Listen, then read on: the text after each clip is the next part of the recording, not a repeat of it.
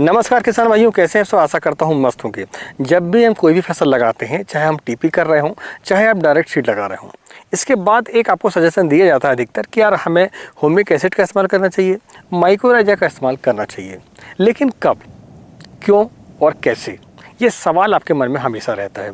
आज इस वीडियो पर मैं आपको बताऊंगा कि हुमिक एसिड और माइक्रोराइजा दोनों ही प्रोडक्टों को हमारी फसल पर हमें कब इस्तेमाल करना चाहिए, कैसे इस्तेमाल करना चाहिए, किस अवस्था पर इस्तेमाल करना चाहिए।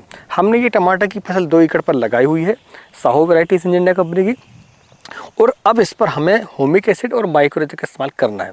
तो हमें कब करना, ये हम इस वीडियो पर समझने की कोशिश करेंगे। इसलिए वीडियो के अंत तक आप जरूर देखें और जानकारी पसंद आए तो वीडियो को लाइक जरूर करें, पहली बार चैनल को सब्सक्राइब जरूर करें। तो सबसे पहले हम ये समझते हैं कि हुमिक एसिड और माइक्रोराइजा दोनों हैं क्या। शुरुआत करते हैं हम हुमिक एसिड से।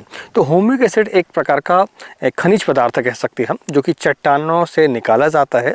जो कोयला होता है हमारा, आपने सुना होगा, जो आपका पहाड़ी कोयला होता है, पहाड़ी कोयले से बनने से पहले जो स्थिति होती है वो हुमिक एसिड की होती है।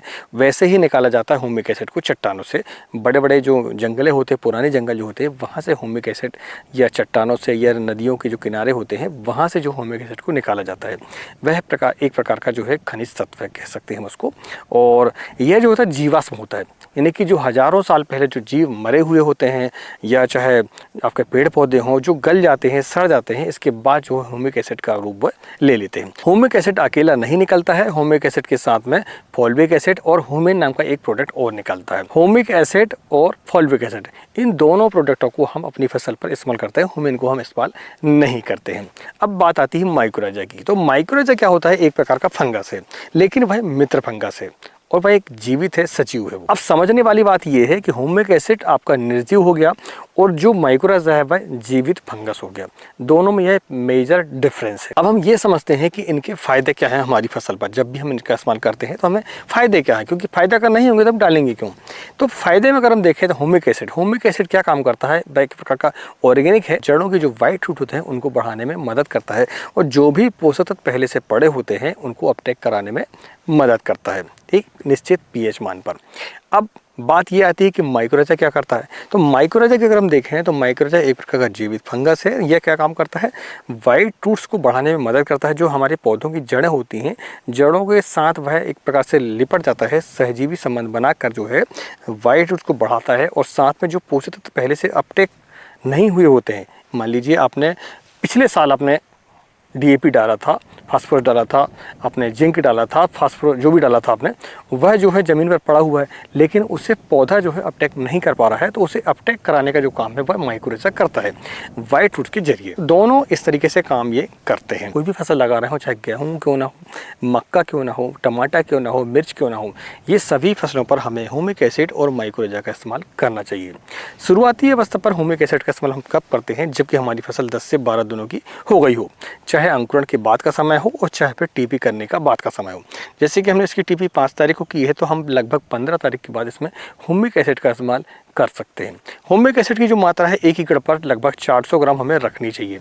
आप जो पाउडर फार्म वाले हुमिक एसिड हैं उनको 400 ग्राम से लेकर 500 ग्राम तक रख सकते हैं, और जो लिक्विड वाले हैं उनका आपको देखना पड़ेगा कि उनका डोज कितना है, कितने परसेंट पर है। फॉल्विक एसिड भी काफ़ी हुमिक एसिड के साथ में मिलता है, तो अगर वो मिलता है तो बहुत ही बढ़िया बात है। अब किस कंपनी का मिलता है आपके यहाँ, आपको वो देखना पड़ेगा, उसका परसेंटेज क्या है और क्या डोज कंपनी देती है उसका। अब अगर हम बात करें तो हुमिक एसिड अगर जब हम डालते हैं तो उसके साथ में हम किसी प्रकार के फंगीसाइड का इस्तेमाल कर सकते हैं, किसी भी प्रकार के आपका इंसेक्टिसाइड का इस्तेमाल हम कर सकते हैं, किसी भी प्रकार के फर्टिलाइजर का भी इस्तेमाल हम कर सकते हैं। किसी प्रकार का कोई रिएक्शन इसमें नहीं होता क्योंकि यह ऑर्गेनिक होता है।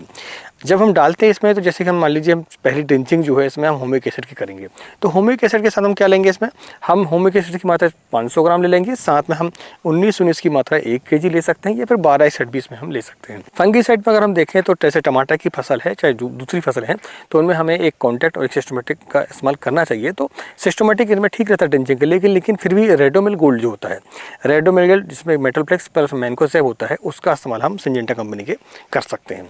उसमें क्या है कि आपका जो कॉन्टैक्ट फंगीसाइड में ये होता है कि जो डंपिंग आपकी समस्या आती है, रूट गलन की समस्या आती है, आपकी डायरेक्ट जो फंगस है उसमें समाप्त हो जाते हैं शुरुआती ड्रिंचिंग पर।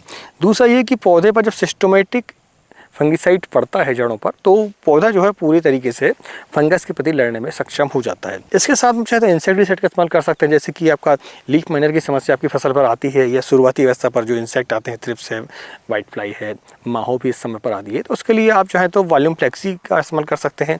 महंगे में थोड़ा सा महंगा पड़ता है ये, लेकिन अगर आपको सस्ते में काम करना है तो फिर आप शुरुआती अवस्था पर इमिडाक्लोपिड है, इसकी मात्रा 1 लीटर प्रति एकड़ के हिसाब से, थाइमेथाक्सम 250 ग्राम प्रति एकड़ के हिसाब से आप इस्तेमाल कर सकते हैं। जब हम माइक्रोरेजा का इस्तेमाल करते हैं तो माइक्रोरेजा का इस्तेमाल हमें कब करना चाहिए?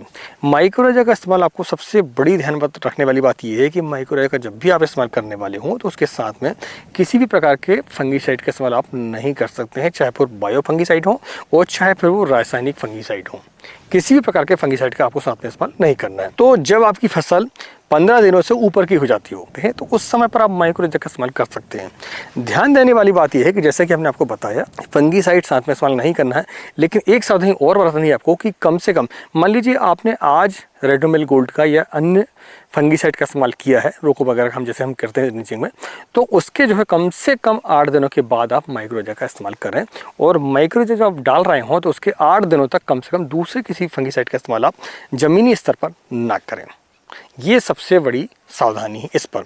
तो 15 दिनों के बाद हम माइक्रोरेजा का इस्तेमाल कर सकते हैं। माइक्रोरेजा को सिंगल डालना है, चाहे तो आप इसके साथ फर्टिलाइजर का इस्तेमाल कर सकते हैं, इंसेक्टिसाइड का भी इस्तेमाल कर सकते हैं, लेकिन फिर भी आपको नहीं करना चाहिए।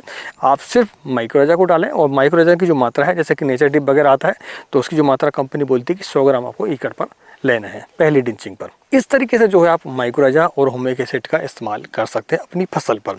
सेकेंड राउंड जब आप करेंगी तो चाहे वो ह्यूमिक एसिड हो चाहे फिर माइक्रोरेजा, दोनों को आपको फ्लावरिंग अवस्था आने के पहले कर देना चाहिए।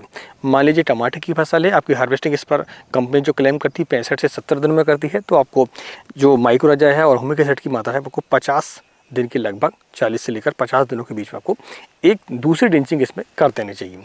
सबसे बड़ी बात यह है कि दोनों प्रोडक्टों को आपको स्प्रे बिल्कुल नहीं करना है, आपको इसको ड्रिंचिंग ही करनी पड़ेगी। आप चाहे तो इसको डायरेक्ट ड्रिप से भी चला सकते हैं, लेकिन क्या है महंगे प्रोडक्ट हैं तो जड़ों के किनारे अगर हम देते हैं तो सबसे ज़्यादा फायदा होता है। तो ये हमने दोनों प्रोडक्टों को समझा।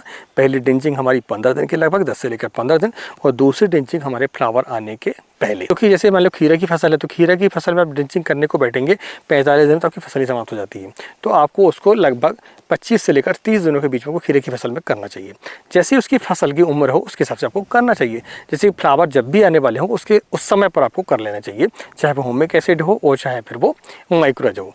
कारण क्या है? कारण ये है कि जब आपकी फसल फ्लावरिंग स्टेज पर आती है या फ्रूटिंग स्टेज पर आती है तो पौधे को सबसे ज़्यादा पोषक तत्वों की आवश्यकता पड़ती है। इसीलिए हम दोनों प्रोडक्टों को, चाहे वो ह्यूमिक एसिड हो और फिर चाहे वो माइक्रोरेजा हो, हम अपनी फसल पर इस्तेमाल कर लेते हैं तो पौधे को एक नई सी जान मिल जाती है। दोनों जो प्रोडक्ट हैं वो सबसे ज़्यादा फायदा करते हैं स्ट्रेस मेंटेन में और वाइट रूट्स को डेवलप करने में सबसे ज़्यादा फायदा होता है, चाहे वो माइक्रोरेजा हो और चाहे फिर वो ह्यूमिक एसिड हो। दोस्तों अभी हमने जाना कि माइक्रोरेजा और ह्यूमिक एसिड को हमें कब इस्तेमाल करना चाहिए। बेसिक जो अंतर है हमने आपको वो भी बताए हुए हैं। अगर जानकारी पसंद आई तो वीडियो को लाइक जरूर करें, चैनल पहली बार चैनल को सब्सक्राइब जरूर करें और आपके मन में यदि कोई सवाल हो ह्यूमिक एसिड और माइक्रोरेजा के संबंध में तो आप हमें कमेंट बॉक्स पर लिख सकते हैं। हम कोशिश करेंगे आपके सवालों के जवाब देने की। मिलते हैं एक नई वीडियो में एक नई जानकारी साथ। तब तक नमस्कार, जय हिंद, जय किसान, जय जवान।